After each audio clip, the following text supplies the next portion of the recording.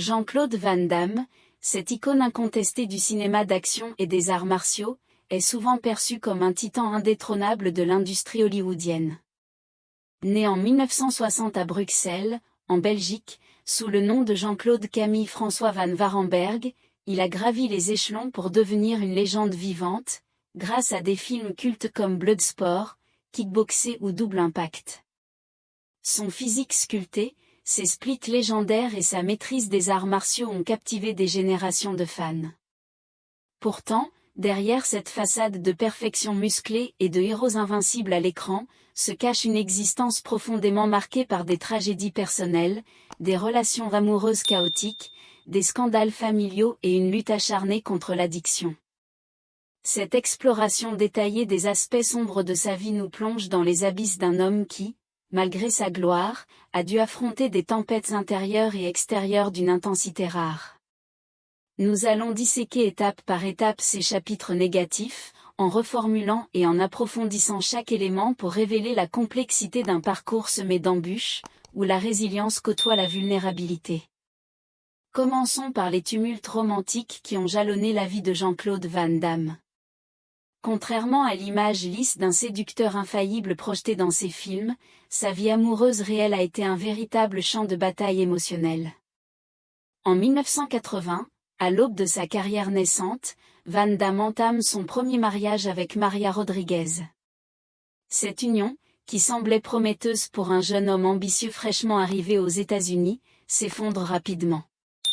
Les raisons précises restent floues, mais on peut imaginer les pressions d'une vie en transition, entre la Belgique et Hollywood, les défis financiers et l'adaptation à un nouveau monde. Le divorce est prononcé après une courte durée, laissant Van Damme face à un vide sentimental qui ouvre la porte à de nouvelles aventures. Ce n'est pas une fin, mais un prologue à une série de relations instables qui définiront une grande partie de sa vie adulte. Peu après, il rencontre Cynthia Derdian, une figure qui marquera un chapitre récurrent et tumultueux. Leur mariage, célébré avec l'enthousiasme d'un couple passionné, succombe aux tensions inhérentes à la vie d'une star en ascension. Les adversaires ne sont pas des ninjas ou des kickboxers ici, mais les réalités quotidiennes, jalousie, carrière divergente, et peut-être les démons intérieurs de Van Damme qui commencent à pointer. Le divorce suit inévitablement, mais l'histoire ne s'arrête pas là. Dans un geste de résilience qui évoque les comebacks de ses personnages à l'écran, pensez à Frank Dux dans Bloodsport qui se relève après chaque coup. Van Damme retourne vers Cynthia Derdian pour un second essai. Cette réunion, motivée par un amour persistant ou une familiarité réconfortante, promet une stabilité. Hélas, les mêmes failles ressurgissent, et une nouvelle séparation scelle la fin définitive de cette relation cyclique. Ces allers-retours illustrent une pattern de dépendance émotionnelle, où l'espoir l'emporte sur la prudence, mais où les fondations restent fragiles. L'odyssée amoureuse de Van Damme prend ensuite un tournant plus stable, quoique non exempte de défis, avec Gladys Portug, une bodybuildeuse professionnelle au physique impressionnant et à la personnalité forte. Leur rencontre fleurit en une romance passionnée, culminant en un mariage et en l'arrivée de 2 enfants, Christopher et Bianca. Ce couple semble incarner un équilibre parfait entre 2 athlètes dédiés au corps et à la discipline. Gladys, avec son background en culturisme, comprend les exigences physiques et mentales qui définissent Van Damme. Leur bonheur initial est palpable, mais comme dans tout récit dramatique, les épreuves surgissent. En 1992, une séparation douloureuse met fin à cette première phase de leur union. Les raisons ? Probablement un mélange de carrières intenses, de voyages constants pour les tournages, et des pressions familiales naissantes. Van Damme, alors au sommet de sa gloire avec des films comme Universal Soldier, doit jongler entre le glamour hollywoodien et les responsabilités parentales. Après cette rupture, une romance tourbillon éclate avec Darcy Lapire, une actrice et mannequin qui apporte un vent de fraîcheur et d'excitation. Leur mariage est précipité, célébré peu après leur rencontre, dans l'euphorie d'une passion fulgurante. Cependant, les turbulences ne tardent pas. En 1994, lors du tournage de Street Fighter, Van Damme entame une liaison notoire avec Kylie Minogue, sa co-star australienne. Cette affaire, largement médiatisée, devient un scandale qui ébranle son mariage avec la Pire. Les tabloïds s'en donnent à cœur joie, dépeignant Van Damme comme un Don Juan irresponsable. La relation avec la Pire s'effondre sous le poids de la trahison, le renvoyant dans les bras de Gladys Portug. Cette réunion marque un tournant vers une stabilité relative. Remariés en 1999, ils forment un couple qui défie les statistiques des divorces hollywoodiens. Malgré une demande de divorce déposée par Gladys en 2015 motivée par des différends accumulés, peut-être liés aux luttes personnelles de Van Damme, ils se réconcilient. Leur mariage, qui perdure jusqu'à aujourd'hui, témoigne d'un amour résili, forgé dans le feu des épreuves. C'est une histoire de rédemption romantique, où les protagonistes, comme dans les films de Van Damme, surmontent les obstacles pour un happy end durable. Au-delà des cœurs brisés, un scandale familial impliquant son fils, Nicolas Van Warenberg, a jeté une ombre sinistre sur la dynastie Van Damme. En septembre 2017, à Tempe, en Arizona, Nicolas est arrêté dans des circonstances choquantes. Tout commence par un incident apparemment banal. Une caméra de surveillance capture une personne frappant violemment les murs d'un ascenseur dans le complexe résidentiel University House, près de l'Université d'État de l'Arizona. Ce qui semble être une perturbation mineure prend une tournure dramatique lorsque la police suit une traînée de sang menant à l'appartement du 10e étage occupé par Nicolas. À leur arrivée, les forces de l'ordre font face à une impasse tendue. Nicolas retient prétendument son colocataire en otage avec un couteau, pendant environ 2 heures. Cette scène, digne d'un thriller psychologique, contraste violemment avec la violence chorégraphiée et contrôlée des films de son père. La gravité de l'altercation soulève des questions sur l'état mental de Nicolas et sur d'éventuelles propensions à la violence. Après son arrestation, il fait face à des accusations criminelles graves, incluant séquestration et agression. Malgré le paiement d'une caution de $10 000, il s'enfonce dans une bataille juridique qui menace non seulement sa liberté, mais aussi l'héritage familial. Finalement, Nicolas plaide coupable à un chef d'accusation moindre de conduite désordonnée, écopant d'une probation de 18 mois.